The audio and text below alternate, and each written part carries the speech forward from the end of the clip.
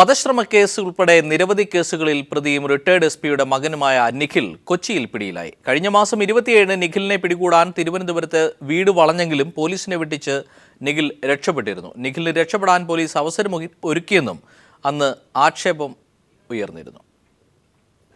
Retired SP K P. ബാലചന്ദ്രന്റെ മകൻ നിഖിലാണ് ഇന്നലെ രാത്രി 11:30 ഷാഡോ പോലീസിന്റെ പിടിയിലായത്. തിരുവനന്തപുരം അസിസ്റ്റന്റ് കമ്മീഷണർ സുരേഷ് കുമാറിന്റെ നേതൃത്വത്തിലുള്ള സംഘം ഇടപ്പള്ളിയിൽ നിന്നാണ് ഇയാളെ പിടികൂടിയത്. പോലീസിനെ വെട്ടിച്ച് മുങ്ങിയ നിഖിലിനു വേണ്ടി കഴിഞ്ഞ 2 ആഴ്ചയിലേറെയായി കേരളം മുഴുവൻ തെരച്ചിൽ നടത്തിവരികയായിരുന്നു പോലീസ്. കഴിഞ്ഞ 27-ന് തിരുവനന്തപുരത്ത് ഇയാളെ പിടികൂടാൻ വൻ പോലീസ് സംഘം വീട് വളഞ്ഞു. എന്നാൽ 50ഓളം വരുന്ന പോലീസ് സംഘത്തെ വെട്ടിച്ച് ഇയാൾ രക്ഷപ്പെട്ടു. നിഖിലിനെ രക്ഷപ്പെടാൻ സഹായിച്ച ബന്ധുക്കൾക്കെതിരെ പേരൂർക്കട പോലീസ് കേസെടുത്തിട്ടുമുണ്ട്. വധശ്രമം ഉൾപ്പെടെയുള്ള കേസുകളിൽ ജാമ്യമെടുക്കാതെ മുങ്ങി നടക്കുകയായിരുന്നു നിഖിൽ. പെൺകുട്ടിയെ അസഭ്യം പറയുകയും കയ്യേറ്റം ചെയ്യാൻ ശ്രമിക്കുകയും ചെയ്തതിനും ഇയാൾക്കെതിരെ കേസ് നിലനിൽക്കുന്നുണ്ട്. News bureau, Thiruvananthapuram. ഓൺലൈൻ പണവാണിഭ കേസിൽ ദമ്പതിമാരടക്കം 5 പേരെ കൂടി പോലീസ് അറസ്റ്റ് ചെയ്തു. കേസ് അന്വേഷിക്കുന്ന ഓപ്പറേഷൻ ബിഗ് ഡാഡി സംഘമാണ് പ്രതികളെ പിടികൂടിയത്. മനുഷ്യക്കടത്ത് കേസിലെ പ്രതിയായ മുജീബിന്റെ സുഹൃത്തുക്കളാണ് അറസ്റ്റിലായവരെല്ലാം. വിദേശത്തേക്ക് സ്ത്രീകളെ കയറ്റി അയച്ച് പെൺവാണിഭം നടത്തുന്ന കേസിലെ മുഖ്യ കണ്ണികളായ ദമ്പതികളാണ് പിടിയിലായത്. സംഭവവുമായി ബന്ധപ്പെട്ട് അബ്ദുൾ നസീർ, ഷാജിദ മൻസൂർ ദമ്പതികളെ മുംബൈ വിമാനത്താവളത്തിൽ വെച്ച് അറസ്റ്റ് ചെയ്യുകയായിരുന്നു. ബഹ്റിനിൽ മനുഷ്യക്കടത്തിലും ഇവർ മുഖ്യ ഇടനിലക്കാരായിരുന്നു. ഇവരെ കൂടാതെ മറ്റ് 4 പേരെ കൂടി പെൺവാണിഭവുമായി ബന്ധപ്പെട്ട കേസിൽ അറസ്റ്റ് ചെയ്തിട്ടുണ്ട്. ഇവരുടെ പൂർണ്ണമായ വിവരങ്ങൾ പുറത്തുവിട്ടിട്ടില്ല. പെൺവാണിഭവും മനുഷ്യക്കടത്തും തൊഴിലാക്കിയവരെ കൊച്ചിയിലെ ക്രൈംബ്രാഞ്ച് ഓഫീസിലെത്തിച്ച് ചോദ്യം ചെയ്തു. ഭീകരവിരുദ്ധ സേന IG നികേഷ് കൗശികിന്റെ നേതൃത്വത്തിലുള്ള സംഘമാണ് പ്രതികളെ കസ്റ്റഡിയിലെടുത്തത്. ബഹ്റിനിൽ നിന്നും മുംബൈയിലെത്തിയ പ്രതികൾ ചെന്നൈയിലേക്ക് രക്ഷപ്പെടാൻ ശ്രമിക്കുന്നതിനിടെയാണ് പോലീസിന്റെ വലയിലായത്. പ്രതികളെക്കുറിച്ച് രഹസ്യ വിവരം ലഭിച്ചതിനെ തുടർന്ന് രാജ്യത്തെ വിമാനത്താവളങ്ങളിൽ ജാഗ്രതാ നിർദ്ദേശം നൽകിയിരുന്നു. കൂടാതെ ലുക്കൌട്ട് നോട്ടീസും പുറപ്പെടുവിച്ചിരുന്നു. ഇതിനിടെയാണ് പ്രതികളെ പിടികൂടുന്നത്. ഓപ്പറേഷൻ ഡാഡിയുടെ ഭാഗമായി നടന്ന റെയ്ഡിലാണ് പ്രതികൾ അറസ്റ്റിലായിരിക്കുന്നത്. കൊച്ചിയിൽ രശ്മി നായരും രാഹുൽ പശുപാലനും ഉൾപ്പെടെ ഓൺലൈൻ പെൺവാണിഭ സംഘം പിടിയിലായതോടെ ഇത്തരം സംഘങ്ങളെ കേന്ദ്രീകരിച്ച് അന്വേഷണം ശക്തമാക്കിയിരുന്നു. പെൺവാണിഭം കൂടാതെ വലിയ തോതിൽ മനുഷ്യക്കടത്തും നടന്നിരുന്നതായി പോലീസിന് വിവരം ലഭിച്ചിട്ടുണ്ട്. ഓൺലൈൻ പെൺവാണിഭ കേസിലെ മുഖ്യപ്രതി ജോഷിയും സംഘവുമാണ് മനുഷ്യക്കടത്ത് നടത്തിയിരുന്നത്. ഇക്കാര്യത്തിൽ ഇടനിലക്കാരായിരുന്നു പിടിയിലായ ദമ്പതികൾ. മുംബൈയിലെത്തിയ ശേഷം ചെന്നൈ വഴി രക്ഷപ്പെടാനായിരുന്നു ദമ്പതികളുടെ പദ്ധതി. പോലീസിന്റെ തന്ത്രത്തിൽ ആ നീക്കം പൊളിയുകയായിരുന്നു. നേരത്തെ തന്നെ നസീറിന്റെയും ഷാജിദയുടെയും രാജ്യാന്തര ഇടപെടലുകൾ സംബന്ധിച്ച വാർത്തകൾ പുറത്തു വന്നിരുന്നു. ഓൺലൈൻ ലൈംഗിക വ്യാപാര കേസിലെ പ്രതി ജോയ്സ് ജോഷിയും സംഘവും 1.5 വർഷത്തിനിടെ മലയാളികളടക്കം 63 യുവതികളെ ബഹ്റിനിലേക്ക് കയറ്റി അയച്ചിരുന്നു. നെടുമ്പാശ്ശേരി, മധുര, ചെന്നൈ, മുംബൈ വിമാനത്താവളങ്ങൾ വഴിയായിരുന്നു കയറ്റി അയക്കൽ. ഇതിന്റെ പ്രധാന ഇടനിലക്കാരായി നിന്നത് നസീറും ഷാജിദയുമായിരുന്നു. News desk. ചന്ദ്രബോസ് വധക്കേസിൽ വിധി പറയുന്നത് തടയണമെന്ന മുഖ്യപ്രതി നിസാമിന്റെ ആവശ്യം സുപ്രീം കോടതി തള്ളി. വിചാരണ കോടതി വിധിയിൽ എതിർപ്പുണ്ടെങ്കിൽ അപ്പോൾ മേൽക്കോടതിയെ സമീപിക്കാമെന്നും സുപ്രീം കോടതി പറഞ്ഞു. മെമ്മറി കാർഡ്, CD തുടങ്ങിയ തെളിവുകൾ ശാസ്ത്രീയ പരിശോധനയ്ക്ക് വിധേയമാക്കണമെന്നും നിസാം ഹർജിയിൽ ആവശ്യപ്പെട്ടിരുന്നു. വിചാരണ കാലാവധി നീട്ടണമെന്ന നിസാമിന്റെ അപേക്ഷ നേരത്തെ സുപ്രീം കോടതി തള്ളിയിരുന്നു. ഈ മാസം 20-നാണ് തൃശൂർ അഡീഷണൽ സെഷൻസ് കോടതി ചന്ദ്രബോസ് വധക്കേസിൽ വിധി പറയുന്നത്. ഇന്തോനേഷ്യൻ തലസ്ഥാനമായ ജക്കാർത്തയിലും തുർക്കിയിലും സ്ഫോടന പരമ്പര. ജക്കാർത്തയിൽ 6 സ്ഥലങ്ങളിലായി നടന്ന സ്ഫോടനത്തിൽ 6 പേർ കൊല്ലപ്പെട്ടു. വെടിവയ്പിൽ ഒരു പോലീസ് ഉദ്യോഗസ്ഥൻ കൊല്ലപ്പെട്ടു. തുർക്കിയിലുണ്ടായ സ്ഫോടനത്തിൽ 5 പേർ കൊല്ലപ്പെട്ടു. ആക്രമണത്തിന്റെ ഉത്തരവാദിത്വം ISIS ഏറ്റെടുത്തു. രാവിലെ 10:30-നാണ് ജക്കാർത്തയിലെ സ്റ്റാർബോക്സ് കഫേയിലേക്ക് 14-അംഗ ഭീകരസംഘത്തിലെ 5 പേർ എത്തിയത്. 3 പേർ ഒന്നിനു പുറകെ ഒന്നായി ചാവേർ സ്ഫോടനം നടത്തി. ബാക്കിയുള്ള 2 പേർ സമീപത്തെ പോലീസ് പോസ്റ്റിന് നേരെ വെടിയുതിർത്തു. കൂടാതെ ഐക്യരാഷ്ട്രസഭ ഓഫീസിന് സമീപത്തും നഗരത്തിലെ മറ്റു 3 ഇടങ്ങളിലുമായി സ്ഫോടനം നടത്തി. തിരക്കേറിയ സരിന ഷോപ്പിംഗ് മാളിലാണ് ശക്തിയേറിയ സ്ഫോടനം നടന്നത്. സുരക്ഷാ സേന ടാങ്കറുകളുമായി നഗരത്തിലിറങ്ങി. 4 പോലീസുകാർ ഉൾപ്പെടെ 6 പേർ സ്ഫോടനത്തിൽ മരിച്ചു. പരിസരം സുരക്ഷാ സേനയുടെ നിയന്ത്രണത്തിലാണെന്ന് ഇന്തോനേഷ്യ അറിയിച്ചു. ആയുധധാരികളായ അക്രമി സംഘം നഗരത്തിലെ ഒരു കെട്ടിടത്തിന്റെ 4-ാം നിലയിൽ ഒളിച്ചിരുന്നാണ് പോലീസിന് നേരെ വെടിയുതിർത്തത്. ആക്രമണത്തിന് പിന്നിൽ IS ആണെന്ന് ഇന്തോനേഷ്യൻ പോലീസ് അറിയിച്ചു. ഫ്രാൻസ്, പാകിസ്ഥാൻ, തുർക്കി എംബസികളും സ്ഥിതി ചെയ്യുന്ന സ്ഥലത്തായിരുന്നു സ്ഫോടന പരമ്പര അരങ്ങേറിയത്. സ്ഥിതി നിയന്ത്രണ വിധേയമാണെന്നും ജനങ്ങളോട് ശാന്തരാവണമെന്നും ഇന്തോനേഷ്യൻ പ്രസിഡന്റ് ജോക്കോ വിഡോഡോ പറഞ്ഞു. News bureau, Delhi. പോലീസിന്റെ നിരന്തര പീഡനങ്ങൾക്കൊടുവിൽ കൊല്ലം സ്വദേശിയായ യുവാവിന് മോചനം. വ്യാജ ബലാത്സംഗ കേസിൽ പോലീസ് കുടുക്കിയ യുവാവിനെയാണ് വർഷങ്ങൾക്ക് ശേഷം കോടതി വെറുതെ വിട്ടത്. യുവതിയെ കാറിൽ തട്ടിക്കൊണ്ടുപോയി ബലാത്സംഗം ചെയ്തു എന്നായിരുന്നു ലിനീഷിനെതിരായ കേസ്. പലവട്ടം ചാത്തന്നൂർ CI ആയിരുന്ന അനിൽകുമാർ, SI അശോകൻ എന്നിവർ കേസിൽ നിന്നും രക്ഷപ്പെടുത്താൻ ലിനീഷിൽ നിന്നും കൈക്കൂലി ആവശ്യപ്പെട്ടു. കൊല്ലത്ത് വിളിച്ചു വരുത്തി ഹോട്ടലുകളിൽ നിന്നും നിരവധി തവണ ഭക്ഷണം വാങ്ങിപ്പിക്കുകയും ചെയ്തു. കേസിൽ നിന്നും രക്ഷപ്പെടുത്താമെന്ന് പറഞ്ഞ് 50,000 രൂപയിലധികമാണ് പലതവണയായി പോലീസ് ഉദ്യോഗസ്ഥർ വാങ്ങിയത്.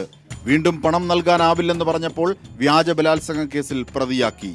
യാതൊരു തെളിവുകളും ഇല്ലാതെയാണ് എന്നെ പിടിച്ച് ജയിലിലാക്കിയത്. അത് കഴിഞ്ഞിട്ടും ഞാൻ പത്രസമ്മേളനം നടത്താനായിട്ട് വന്നു. അപ്പോഴും അവരെന്നെ കോടതിയിൽ ചാർജ് കൊടുക്കേണ്ടത് പോലീസാണെന്നും ചാർജ് നിനക്ക് അനുകൂലമായിട്ട് കൊടുക്കില്ലെന്നും പറഞ്ഞ് എന്നെ ഭീഷണിപ്പെടുത്തുകയും പിന്നെ എൻ്റെ പത്രസമ്മേളനം അവർ മുടക്കുകയും ചെയ്തു. അവധിക്ക് നാട്ടിലെത്തിയപ്പോഴാണ് ചാത്തന്നൂരിൽ വിളിച്ചു വരുത്തി അറസ്റ്റ് ചെയ്തത്. ഈ സമയത്ത് മകനെ കേസിൽ നിന്നും ഒഴിവാക്കാമെന്ന വ്യാജേന പിതാവ് ലിയാക്കത്തിൽ നിന്നും ചാത്തന്നൂർ CI അനിൽകുമാർ പണം വാങ്ങി. വിചാരണ സമയത്ത് ലിനീഷിനെതിരെ ആരോപിച്ച കുറ്റങ്ങളൊന്നും പോലീസിന് തെളിയിക്കാനായില്ല. ബലാത്സംഗത്തിനിരയായ പെൺകുട്ടി ലിനീഷിനെ തിരിച്ചറിഞ്ഞതുമില്ല. തുടർന്ന് കൊല്ലം അഡീഷണൽ സെഷൻസ് കോടതി ലിനീഷിനെ കുറ്റവിമുക്തനാക്കി. പോലീസ് ഉദ്യോഗസ്ഥരുടെ നടപടിക്കെതിരെയാണ് ലിനീഷ് നിയമപോരാട്ടത്തിനൊരുങ്ങുന്നത്. മുഖ്യമന്ത്രി, ആഭ്യന്തരമന്ത്രി എന്നിവർക്കും മനുഷ്യാവകാശ കമ്മീഷനും ലിനീഷ് പരാതി നൽകി. പീപ്പിൾ TV ന്യൂസ് ബ്യൂറോ, കൊല്ലം. സരിതയുടെ കത്ത് സോളാർ കമ്മീഷന്റെ അന്വേഷണ പരിധിയിൽ വരില്ലെന്ന സരിതയുടെ വാദം കമ്മീഷൻ തള്ളി. കത്തിന്റെ രഹസ്യ സ്വഭാവം നഷ്ടപ്പെട്ടതാണെന്നും കമ്മീഷൻ പറയുന്നു. അതേസമയം മുഖ്യമന്ത്രിയുടെ മുൻ PA ടെന്നി ജോപ്പൻ നാളെ കമ്മീഷൻ മുമ്പാകെ ഹാജരാകില്ല. റിപ്പോർട്ടിലേക്ക്. മാധ്യമപ്രവർത്തകർക്ക് മുമ്പാകെ സരിത ഉയർത്തിക്കാണിച്ച കത്ത് കമ്മീഷൻ പിടിച്ചെടുക്കണമെന്നാവശ്യപ്പെട്ട ഹർജിയിൽ വാദം കേൾക്കുന്നതിനിടെയാണ് കത്ത് ഹാജരാക്കാൻ നിർബന്ധിക്കരുതെന്ന് സരിതയുടെ അഭിഭാഷകൻ ആവശ്യപ്പെട്ടത്. കത്ത് കമ്മീഷന്റെ അന്വേഷണ പരിധിയിൽ വരുന്നതല്ലെന്നും അഭിഭാഷകൻ വാദിച്ചു. എന്നാൽ ഈ വാദം തള്ളിയതായി കമ്മീഷൻ അറിയിച്ചു. കത്ത് മാധ്യമപ്രവർത്തകർക്ക് മുൻപിൽ ഉയർത്തിക്കാണിച്ചതാണ്. തുടർന്ന് അതിലുൾപ്പെട്ട നേതാക്കളുടെ പേരും പുറത്തു വന്നിരുന്നു. ഈ സാഹചര്യത്തിൽ കത്തിന്റെ രഹസ്യ സ്വഭാവം നഷ്ടപ്പെട്ടതാണെന്നും ജസ്റ്റിസ് G ശിവരാജൻ പറഞ്ഞു. കത്ത് ഹാജരാക്കുന്ന കാര്യത്തിൽ കമ്മീഷൻ അന്തിമ തീരുമാനം പിന്നീട് പറയും. അതേസമയം കമ്മീഷൻ മുമ്പാകെ മുഖ്യമന്ത്രിയുടെ മുൻ PA ടെന്നി ജോപ്പന് നാളെ ഹാജരാകാൻ കഴിയില്ലെന്ന് ജോപ്പന്റെ അഭിഭാഷക അറിയിച്ചു. അസുഖം കാരണം ജോപ്പൻ ആശുപത്രിയിലാണെന്നും അഭിഭാഷക അറിയിച്ചു. കമ്മീഷന്റെ കാലാവധി കഴിഞ്ഞിട്ടെങ്കിലും ജോപ്പന് ഹാജരാകാൻ കഴിയുമോ എന്ന് കമ്മീഷൻ വിമർശിച്ചു. കമ്മീഷൻ നിസ്സാരമെന്ന് തെറ്റിദ്ധരിക്കുന്നവർ ദുഃഖിക്കേണ്ടി വരുമെന്നും ജസ്റ്റിസ് G ശിവരാജൻ മുന്നറിയിപ്പ് നൽകി. News bureau, Kochi. Solar case പ്രതി സരിത S നായർക്ക് വേണ്ടി സന്ദർശക രജിസ്റ്ററിൽ തിരുത്തൽ നടന്നിട്ടുണ്ടെന്ന് ജയിൽ IG കമ്മീഷന് മൊഴി നൽകി. രജിസ്റ്ററിലെ ഗുരുതര പിഴവുകൾ കമ്മീഷൻ ചൂണ്ടിക്കാട്ടിയപ്പോഴായിരുന്നു IGയുടെ ഏറ്റുപറച്ചിൽ. അതിനിടെ വിവാദ കത്ത് ഹാജരാക്കാൻ സരിതയ്ക്ക് കമ്മീഷൻ കർശന നിർദ്ദേശം നൽകിയിരിക്കുകയാണ്. അട്ടക്കുളങ്ങര വനിതാ ജയിലിലെ സന്ദർശക രജിസ്റ്ററിൽ തിരുത്തലുകൾ നടന്നിട്ടുണ്ട് എന്നാണ് jail IG Gopakumar solar commission മുമ്പാകെ സമ്മതിച്ചത്. സോളാർ കേസ് പ്രതി സരിത S നായരെ സന്ദർശിച്ചവരെ പ്രത്യേക നിരത്തിലുള്ള മഷി ഉപയോഗിച്ച് രേഖപ്പെടുത്തിയതും പലയിടത്തും സന്ദർശക കോളങ്ങൾ പൂരിപ്പിക്കാതെ ഒഴിച്ചിട്ടതും കമ്മീഷൻ ചൂണ്ടിക്കാട്ടി. മിക്കയിടത്തും സന്ദർശന സമയം രേഖപ്പെടുത്താത്തതും ചൂണ്ടിക്കാട്ടിയ കമ്മീഷൻ ഇതെല്ലാം മനഃപൂർവ്വം വരുത്തിയ തെറ്റുകളല്ലേ എന്ന് ചോദിച്ചു. ഈ വേളയിലാണ് രജിസ്റ്ററിൽ കുഴപ്പങ്ങളുണ്ട് എന്ന് IG ഗോപകുമാറിന്റെ ഏറ്റുപറച്ചിൽ. നേരത്തെ അട്ടക്കുളങ്ങര ജയിൽ സൂപ്രണ്ട് കമ്മീഷന് മുമ്പാകെ സന്ദർശക രജിസ്റ്റർ ഹാജരാക്കിയിരുന്നു. രജിസ്റ്ററിലെ വെട്ടിത്തിരുത്തലുകളും പേജുകൾ ഇളക്കി മാറ്റിയതും വെള്ളപ്പേപ്പർ കൊണ്ട് ഒട്ടിച്ച് പല പേരുകളും മറച്ചുവെച്ചതുമടക്കമുള്ള ഗുരുതര തെറ്റുകളായിരുന്നു അന്ന് കമ്മീഷന്റെ വിമർശനങ്ങൾക്ക് ഇടയാക്കിയിരുന്നത്. രജിസ്റ്ററിൽ കൃത്രിമം കാണിച്ച് സോളാർ കേസിൽ ആരോപണ വിധേയരും സരിത നായരെ ജയിലിൽ സന്ദർശിച്ചവരുമായ മന്ത്രിമാരടക്കമുള്ളവരെ രക്ഷിക്കാൻ സർക്കാർ നടത്തിയ ഇടപെടലുകളാണ് IG ഗോപകുമാർ കമ്മീഷന് മുമ്പാകെ സമ്മതിച്ചത്. അതിനിടെ സരിത S നായർ മാധ്യമങ്ങൾക്ക് മുന്നിൽ കാണിച്ച വിവാദ കത്ത് കമ്മീഷന്റെ പരിധിയിൽ വരുമെന്ന് ജസ്റ്റിസ് G ശിവരാജൻ വ്യക്തമാക്കി. 27 പേജുള്ള കത്ത് സമർപ്പിക്കാൻ സരിത S നായർക്ക് കമ്മീഷൻ കർശന നിർദ്ദേശം നൽകിയിട്ടുണ്ട്. News bureau, Kochi. സംസ്ഥാനത്ത് ടാറ്റ കമ്പനിയുടെ കൈവശമുള്ള ഭൂരേഖകൾ പരിശോധിക്കാൻ റവന്യൂ വകുപ്പ് തയ്യാറെടുക്കുന്നു. ബ്രിട്ടീഷ് കമ്പനികളുടെ കൈവശമുണ്ടായിരുന്ന ഭൂമിയുടെ രേഖാ പരിശോധന മറയാക്കിയാണ് സർക്കാരിന്റെ നീക്കം. ടാറ്റയ്ക്ക് പുറമെ AVTയുടെയും ഭൂരേഖകൾ പരിശോധനാ വിധേയമാക്കാനും നീക്കം. ഇടുക്കിയിൽ നിന്ന് ബ്രിട്ടീഷ് ഈസ്റ്റ് ഇന്ത്യ കമ്പനിയുടെ കാലത്തെ ഭൂമി സംബന്ധിച്ച രേഖകളുടെ പരിശോധന ആരംഭിച്ചതോടെ സംസ്ഥാനത്ത് ടാറ്റ, AVT എന്നിവരുടെ കൈവശമുള്ള ഭൂമിയും പരിശോധനാ വിധേയമാകും. 1947 ഇന്ത്യ ഇൻഡിപെൻഡൻസ് ആക്ടിലെ വകുപ്പ് 7 1B ഉപവകുപ്പ് പ്രകാരം സ്വാതന്ത്ര്യത്തിന് ശേഷം വിദേശികൾക്കോ ഇവരുമായുള്ള ഉടമ്പടികൾക്കോ നിയമസാധുതയില്ല. അക്കാരണം കൊണ്ട് തന്നെ ടാറ്റയുടെയും AVTയുടെയും കൈവശമുള്ള രേഖകൾ പരിശോധനാ വിധേയമാക്കും.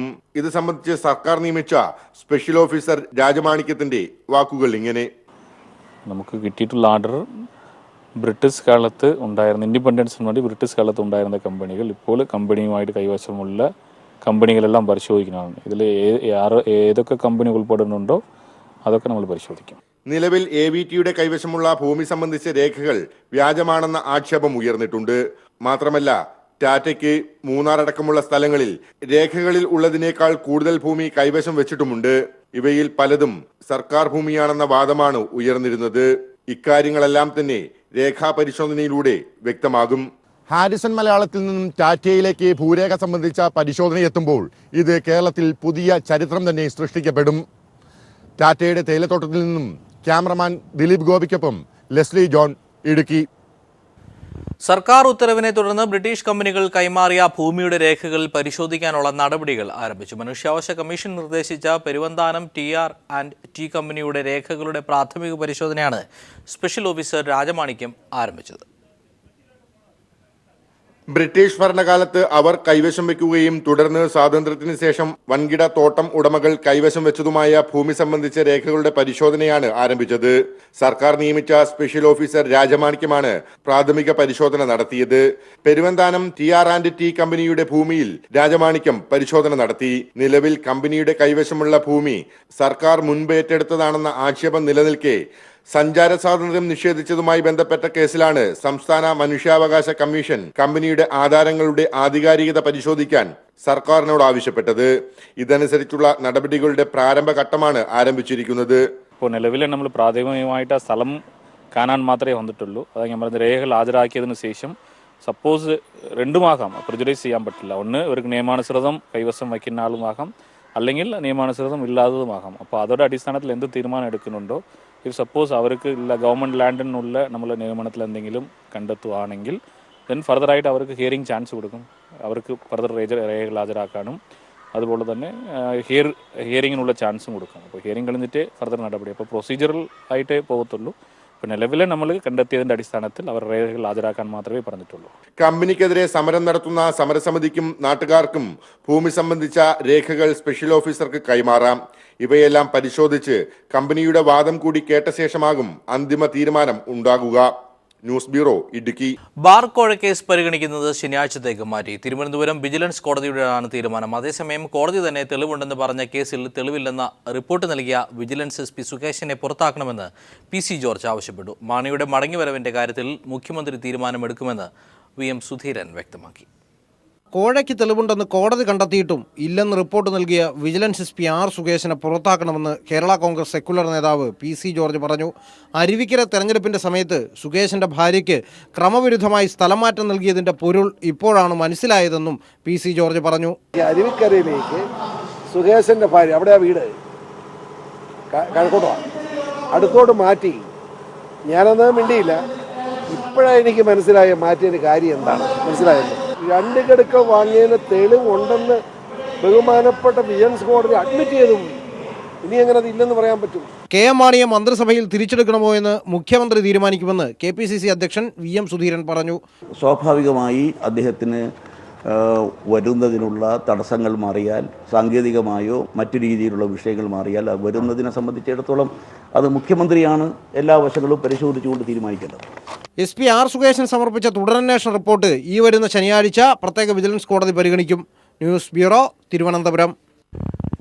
ജെയ്ഷെ മുഹമ്മദ് തലവൻ മൗലാന മസൂദ് അസറിനെ പിടികൂടിയതായി പാകിസ്ഥാൻ സ്ഥിരീകരിച്ചു. ഇന്ത്യ നൽകിയ തെളിവുകളിൽ 36 ജെയ്ഷെ മുഹമ്മദ് പ്രവർത്തകരെ കസ്റ്റഡിയിലെടുത്തതായും പാകിസ്ഥാൻ അറിയിച്ചു. സുപ്രധാന പാക് നിലപാടുകളെ തുടർന്ന് ദില്ലിയിൽ ഉന്നതതല യോഗം ചേർന്നു.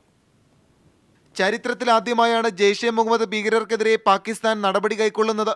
ഇന്ത്യ വിട്ടയച്ച കൊടും കുറ്റവാളിയും ജെയ്ഷെ മുഹമ്മദ് തലവനുമായ മൗലാന മസൂദ് അസറിനെ പാകിസ്ഥാൻ കസ്റ്റഡിയിലെടുത്തതായി പാക് മാധ്യമങ്ങൾ റിപ്പോർട്ട് ചെയ്തു. മൗലാനയുടെ സഹോദരനും കാണ്ഡഹാർ വിമാനറാഞ്ചലിലെ മുഖ്യ സൂത്രധാരനുമായ റൌഫ് അസറിനെയും പിടികൂടിയതായാണ് സൂചന. ജെയ്ഷെ മുഹമ്മദ് താവളങ്ങൾ റെയ്ഡ് നടത്തി 3 ഭീകരരുടെ അറസ്റ്റ് രേഖപ്പെടുത്തിയതായി പാകിസ്ഥാൻ അറിയിച്ചു. 12 ഭീകരരെ കസ്റ്റഡിയിലെടുത്തതായും 4 ജെയ്ഷെ മുഹമ്മദ് ഓഫീസുകൾ സീൽ ചെയ്തതായും റിപ്പോർട്ടുകളുണ്ട്. പാക് സൈനിക മേധാവി ജനറൽ റഹീൽ ഷെരീഫ്, പഞ്ചാബ് മുഖ്യമന്ത്രി ഷഹബാസ് ഷെരീഫ്, ISI ഡയറക്ടർ ആഭ്യന്തരമന്ത്രി ചൗധരി നിസാർ അലി തുടങ്ങിയവരുടെ യോഗത്തിന് ശേഷമാണ് പാക് പ്രധാനമന്ത്രിയുടെ ഓഫീസ് ഇക്കാര്യങ്ങൾ വ്യക്തമാക്കിയത്. പത്താൻകോട്ട് ഭീകരാക്രമണത്തെക്കുറിച്ച് കൂടുതൽ അന്വേഷണം നടത്താൻ പാക് സംഘത്തെ വ്യോമസേന താവളത്തിലേക്ക് അയക്കാൻ സന്നദ്ധമാണെന്നും പാക് പ്രധാനമന്ത്രിയുടെ ഓഫീസ് വ്യക്തമാക്കി. എന്നാൽ സക്യൂർ റഹ്മാൻ ലക്വിയെ കസ്റ്റഡിയിൽ വെച്ച് വിട്ടയച്ചതുപോലെ മൗലാന അസറിനെയും വിട്ടയക്കുമോ എന്നാണ് ഇന്ത്യ സംശയിക്കുന്നത്. ഇക്കാര്യത്തിൽ തൃപ്തികരമായ നടപടി സ്വീകരിച്ചതിന് ശേഷമേ പാകിസ്ഥാനുമായി ചർച്ച നടത്തുമെന്ന് ഇന്ത്യ അറിയിച്ചു. ഇതിനു മുമ്പായി സ്ഥിതി വിലയിരുത്തി വിദേശകാര്യ ഉപദേഷ്ടാക്കൾ ചർച്ച നടത്തിയേക്കും. വിദേശകാര്യ സെക്രട്ടറിമാരുടെ ചർച്ച നടക്കണമെന്നാണ് പാക് സർക്കാർ നിലപാടെന്ന് വിദേശകാര്യ ഉപദേഷ്ടാവ് സർദാർ ജസീസ് വ്യക്തമാക്കി. News bureau, Delhi. പ്ലാസ്റ്റിക് കുപ്പികളിലും ടെട്രാ പാക്കുകളിലും മദ്യം വിൽക്കുന്നത് നിരോധിച്ചുകൊണ്ട് മഹാരാഷ്ട്ര സർക്കാർ ഉത്തരവിട്ടു. ആരോഗ്യ പ്രശ്നങ്ങളും പരിസ്ഥിതി പ്രശ്നങ്ങളും കണക്കിലെടുത്താണ് പ്ലാസ്റ്റിക് കുപ്പികളിൽ മദ്യം വിൽക്കുന്നത് നിരോധിക്കുന്നതെന്ന് സർക്കാർ ഉത്തരവിൽ വ്യക്തമാക്കുന്നു. പ്ലാസ്റ്റിക് കുപ്പികൾക്ക് നിരോധനം വന്നതോടെ ഇനി മദ്യ നിർമ്മാണ കമ്പനികൾക്ക് ഗ്ലാസ് കുപ്പികളിൽ മാത്രമേ മദ്യം വിൽക്കാൻ കഴിയൂ. ചിലവ് കുറയ്ക്കുന്നതിനായി നിരവധി കമ്പനികൾ അടുത്ത കാലത്തായി പ്ലാസ്റ്റിക് കുപ്പികളിൽ മദ്യം വിപണിയിലെത്തിക്കുന്നത് വ്യാപകമായിരുന്നു. പ്ലാസ്റ്റിക് ആൽക്കഹോളുമായി പ്രതിപ്രവർത്തിക്കാനുള്ള സാധ്യത വളരെ കൂടുതലായതിനാൽ ഗുരുതരമായ ആരോഗ്യ പ്രശ്നങ്ങൾ ഉണ്ടാകുവാനുള്ള സാധ്യത കണക്കിലെടുത്താണ് പ്ലാസ്റ്റിക് കുപ്പികളിൽ മദ്യം വിൽക്കുന്നതിന് പ്രധാനമായും നിരോധനം കൊണ്ടുവരുന്നതെന്ന് സർക്കാർ ഉത്തരവിൽ പറയുന്നു. അന്യ സംസ്ഥാനങ്ങളിൽ നിന്നുള്ള മദ്യത്തിനും ഇത് ബാധകമാണ്. ഉത്തരവിനെ ഹോട്ടലുകളും മദ്യ വിൽപ്പനശാലകളും സ്വാഗതം ചെയ്തു. अच्छा लग रहा है उसमें से, क्योंकि एक तो उसमें लेबल लगा के आएगा सेल ओनली महाराष्ट्र बोल के, वो एडवांटेज है कि वो अच्छा है, ये वो हेल्थ के लिए भी अच्छा है. तो उसके लिए अपन इधर कौन सा भी करता नहीं, जो भी है ग्लास से करके अपन ये करता है, कोई भी बिल्कुल यूज नहीं करता है. लाके പ്രേംലാൽ, ന്യൂസ് ബ്യൂറോ, മുംബൈ. സംസ്ഥാനത്ത് ഏകാധ്യാപക ബദൽ വിദ്യാഭ്യാസ സ്ഥാപനങ്ങളെ പ്രൈമറി സ്കൂളുകളാക്കി മാറ്റാനുള്ള തീരുമാനം നടപ്പിലായില്ല. 2014 മുതൽ നടപ്പിലാക്കാൻ ഉദ്ദേശിച്ച പദ്ധതി സർക്കാർ അവഗണനയിൽ അവസാനിക്കുകയാണ്. റിപ്പോർട്ടോടുകൂടി ഇന്നത്തെ ക്രൈംബ്രാഞ്ച് സമാപിക്കുന്നു. നമസ്കാരം. കേന്ദ്ര വിദ്യാഭ്യാസ അവകാശ നിയമത്തിന്റെ അടിസ്ഥാനത്തിലാണ് ഏകാധ്യാപക വിദ്യാലയങ്ങളെ LP UP വിദ്യാലയങ്ങളായി അപ്ഗ്രേഡ് ചെയ്യുന്നതിന് കേന്ദ്ര മാനവ വിഭവശേഷി മന്ത്രാലയം അനുമതി നൽകിയിരുന്നത്. 2014 മാർച്ചിൽ സംസ്ഥാനത്തെ 354 ഏകാധ്യാപക ബദൽ വിദ്യാഭ്യാസ സ്ഥാപനങ്ങളിൽ 111 സ്ഥാപനങ്ങളെ LP സ്കൂളുകളാക്കി ഉയർത്താൻ സർക്കാർ തീരുമാനിക്കുകയും ചെയ്തിരുന്നു. എന്നാൽ 2 വർഷം പിന്നിട്ടിട്ടും പദ്ധതി എങ്ങും എത്തിയിട്ടില്ല. സംസ്ഥാനത്ത് 7000-ഓളം വിദ്യാർത്ഥികളാണ് ഇത്തരം വിദ്യാഭ്യാസ സ്ഥാപനങ്ങളിൽ പഠിക്കുന്നത്. വനാതിർത്തികളിലും മറ്റ് പിന്നാക്ക മേഖലകളിലുമാണ് ഇത്തരം സ്ഥാപനങ്ങൾ ഭൂരിഭാഗവും പ്രവർത്തിക്കുന്നത്. എങ്കിലും കാലങ്ങളായുള്ള അവഗണന കാരണം സ്ഥാപനങ്ങൾ പലതും അടച്ചുപൂട്ടുകയാണ്. തുച്ഛമായ ശമ്പളം പോലും അധ്യാപകർക്ക് ലഭിക്കുന്നില്ല. കേരളത്തിലെ വനമേഖലകളിലും തീരദേശ പ്രദേശങ്ങളിലും പ്രവർത്തിക്കുന്ന ഈ ഏകാധ്യാപക വിദ്യാലയങ്ങളിൽ കുട്ടികളുടെ എണ്ണം അനുസരിച്ചെങ്കിലും LP സ്കൂൾ ആകേണ്ടത് അനിവാര്യമാണ്. SSA വികസന പദ്ധതിയിൽ തുക വകയിരുത്താത്തതാണ് തീരുമാനങ്ങൾ നടപ്പാക്കപ്പെടാത്തതിന് കാരണം. ഒരു കാലത്ത് ആദിവാസി വിഭാഗങ്ങളുടെ വിദ്യാഭ്യാസ രംഗത്ത് വലിയ മുന്നേറ്റത്തിന് കാരണമായ ബദൽ വിദ്യാഭ്യാസ സ്ഥാപനങ്ങളോടാണ് ഇത്തരത്തിൽ സർക്കാർ അവഗണന തുടരുന്നത്. News bureau, Wayanad.